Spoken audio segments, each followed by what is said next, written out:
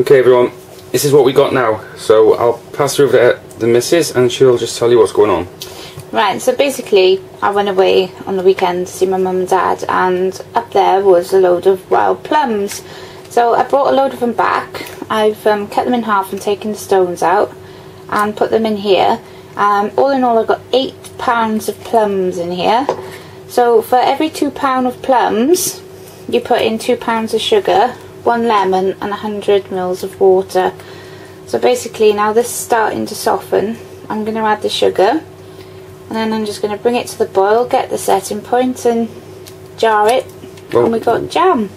Yeah, so we'll come back to you before, you don't have to remember all that, we'll come back to when she's done her normal again in a minute. But that's the stage. So the seeds are out of them, they've been washed, they're cut in half, and we're just getting the heat into them now. A few of them are overripe, but it doesn't matter when they're just going to be made into jam. Red or yellow ones, it doesn't much matter. The yellow ones are a little bit more tart, you know, bitter.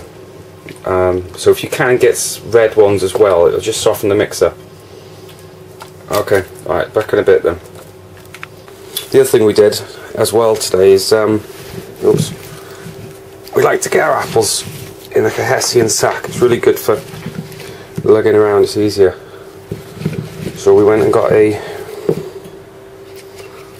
load of apples. It's a really funny year, nothing's really pollinated this year. Usually there's enough apples to where we normally go. Well, there's too many.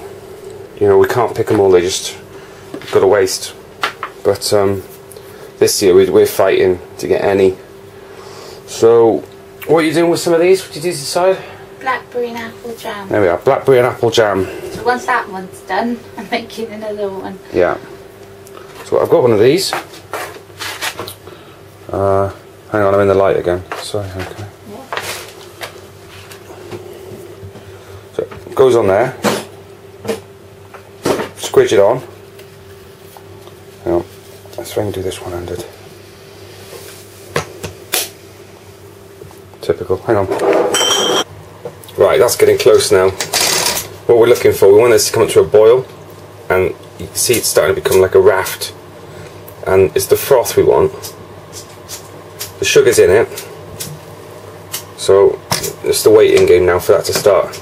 It's not a very powerful cooker, it's electric, which sucks.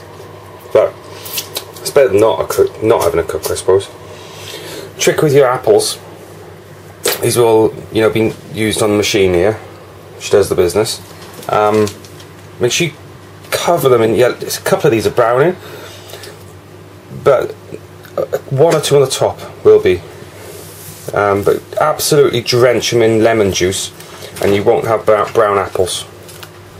So if you're making apple sauce, anything like that, you won't get that brown, gloopy, nasty apple sauce, you know, to go with your pork or lamb or whatever you like it with. That's the key to that. Loads of lemon. Right, so back to there. Give that another minute and hopefully it'll be there. Okay, when it starts bubbling up and boiling like that, you've got to ladle the scum off it. Skim it. Yeah, skim it. So, separate bowl. So, some people leave it till last minute, but I like to do it as it goes on, because if you get to setting point you've got to jar it straight away, so it becomes a bit of a pain. So just get all that froth off as much as you can.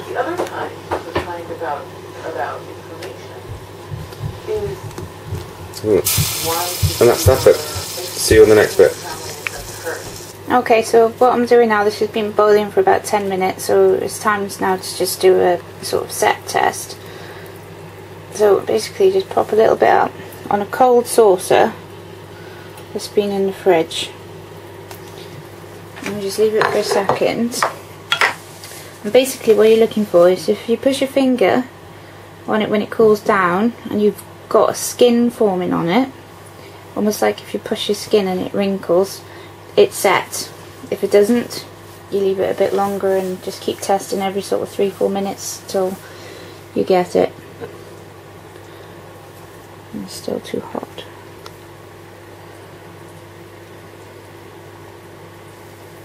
It's close though. It is close. It's not quite there. Play it cool a minute, right?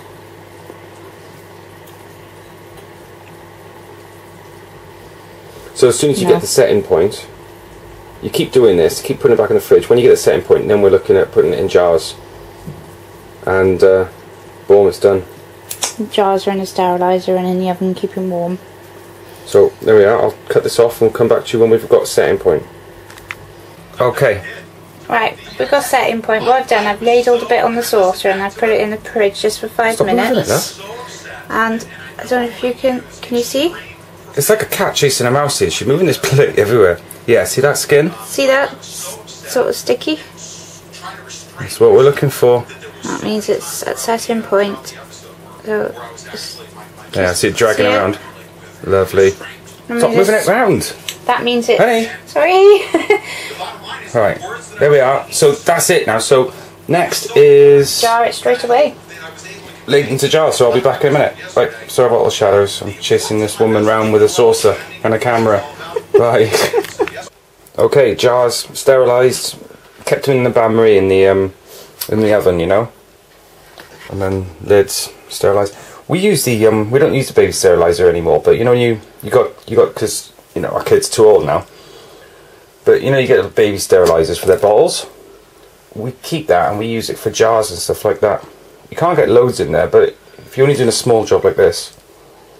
Perfect. So they're red hot there. And there's that. Just getting these last bits of... See what I mean? It's worth getting a scum as you go along. Look how much is there. So we found the setting point, and it's like now we can go straight into action stations. So it's well worth doing. So we're just going to ladle that bad boy into there. Right, I've got to get my jam bowl, whatever, funnel. One sec. I got it.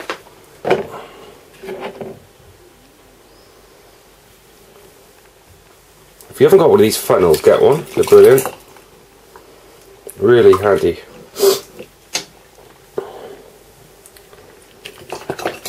We used to do it the other way, you know, and that's just try and ladle it in without using this funnel. Nightmare. Messy. You end up with a pot of jam on your hands and your clothes and it looks full. So we're just going to carry that on now. I won't bore you with that. So that's one jar. You barely notice it on there. I don't know if we've got enough jars ready. Anyway, bye.